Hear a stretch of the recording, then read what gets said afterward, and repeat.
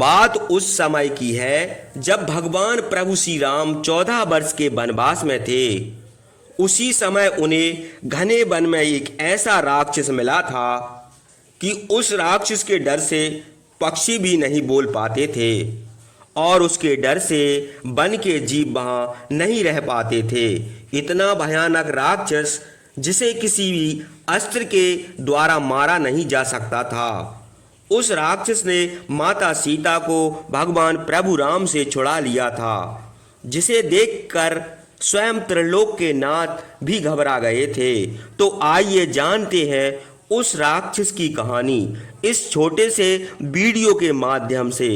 तो वीडियो में अंत तक जुड़े रहिए और हमारे जय करीला धाम चैनल को सब्सक्राइब कर दीजिए। अगर वीडियो पसंद आए तो वीडियो को लाइक भी कर दीजिए। तो चलिए वीडियो को बगैर देरी करे आगे बढ़ाते हैं। ऋषियों द्वारा सम्मानित होकर रामचंद्र सूर्य उदय होने पर सब मुनियों से विदा होकर आगे चले। उस वन में रीछ और बाघ आदि अनेक प्रकार के पशु रहते थे। लता गुल्म और वृक्ष टूटे पड़े थे।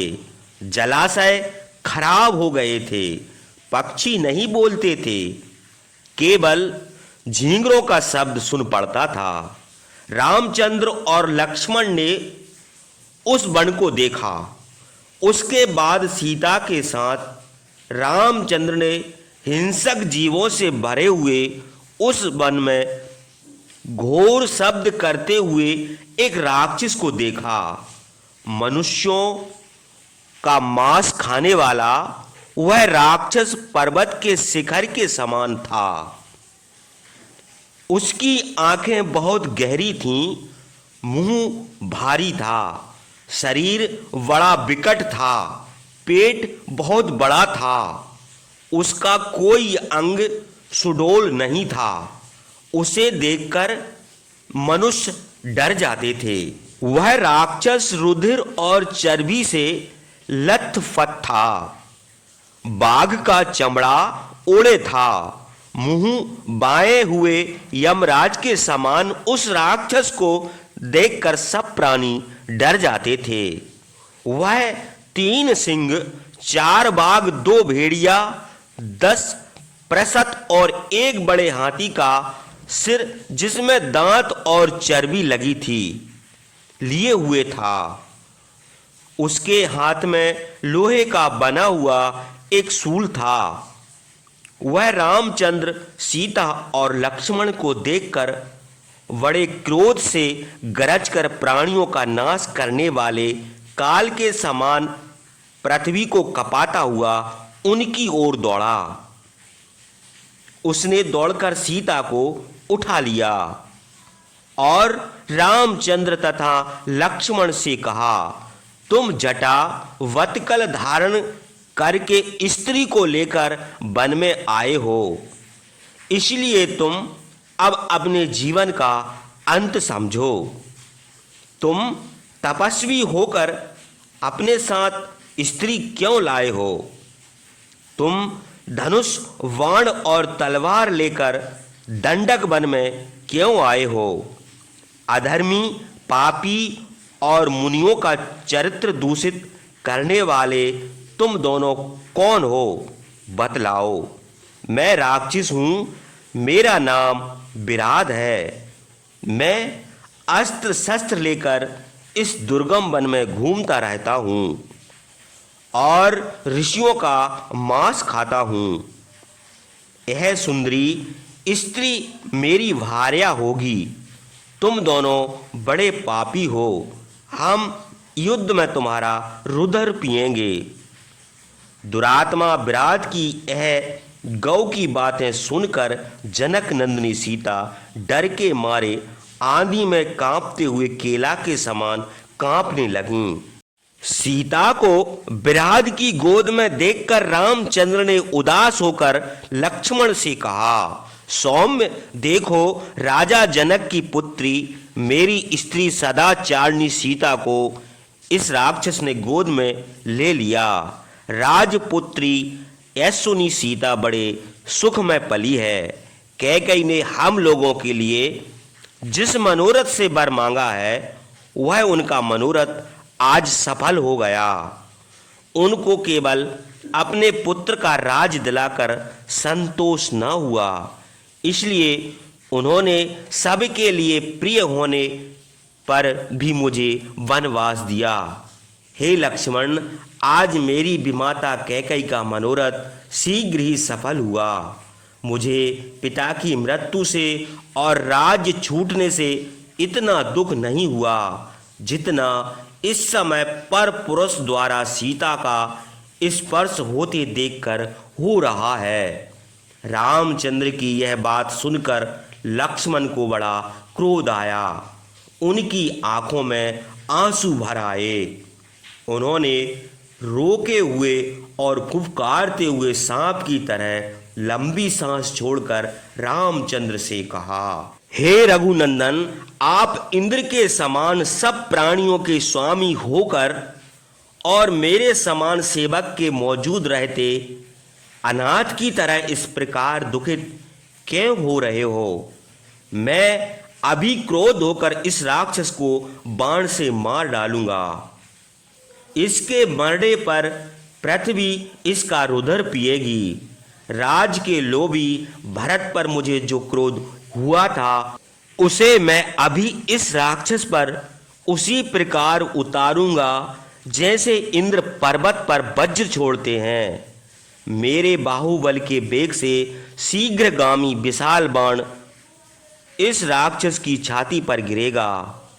यह अभी मर जाएगा और घूमकर पृथ्वी पर गिर पड़ेगा। उसके बाद विराट राक्षस गरज कर बोला, मैं तुमसे पूछता हूं, तुम कौन हो और कहां जाओगे? महातेजस्वी रामचंद्र ने अंगार के समान प्रज्वलित मुख वाले विराट से कहा, हम क्षत्रिय हैं और सदाचारी हैं, इस समय वन में निवास करते हैं। तुम कौन हो? इस दंडक वन में क्यों घूमते हो? हम भी जानना चाहते हैं। बतलाओ। विराट ने सत्य पराक्रमी रामचंद्र से कहा, राजन, मैं अपना परिचय देता हूँ। सुनो, मैं जर राक्षस का पुत्र हूँ। मेरी माता का नाम सतहदा है और मुझे पृथ्वी के सब राक्षस विराट कहते हैं। मैंने तपस्या करके ब्रह्मा की कृपा से वर प्राप्त किया है, अतएव शस्त्र के प्रहार से मैं नहीं मर सकता। मेरे शरीर में घाव भी नहीं हो सकते।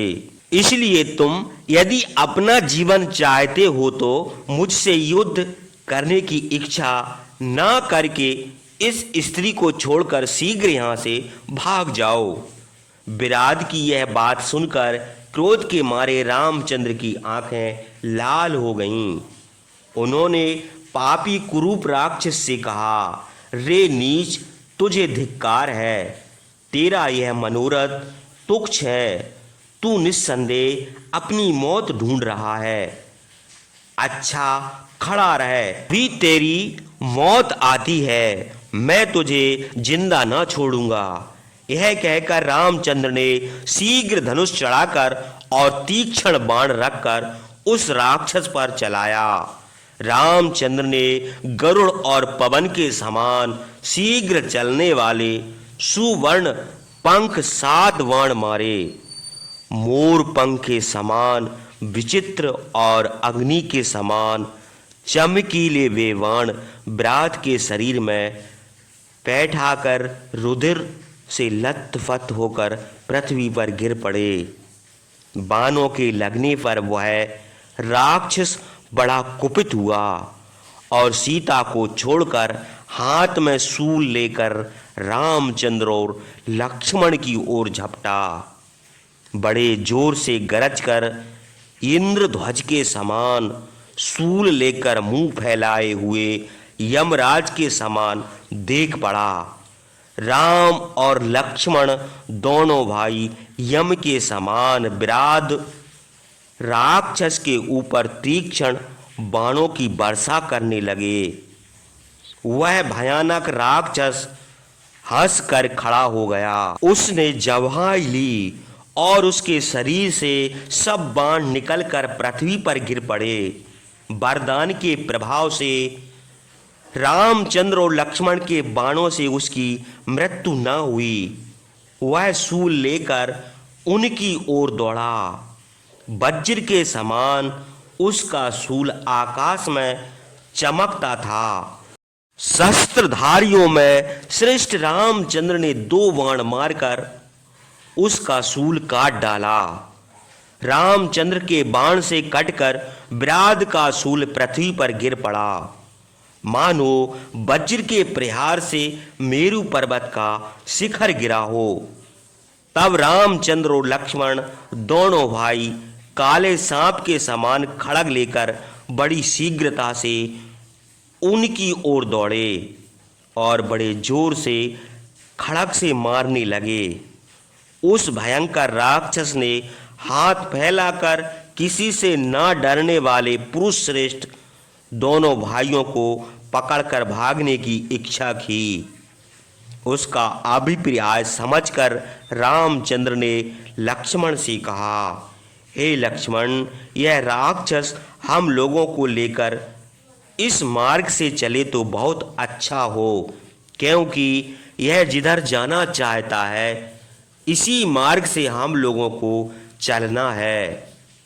पराक्रमी विराट ने बलपूर्वक रामचंद्र और लक्ष्मण को बालकों की तरह उठाकर अपने कंधों पर बैठा लिया और बड़े जोर से गरज कर घने वन की ओर ले भागा।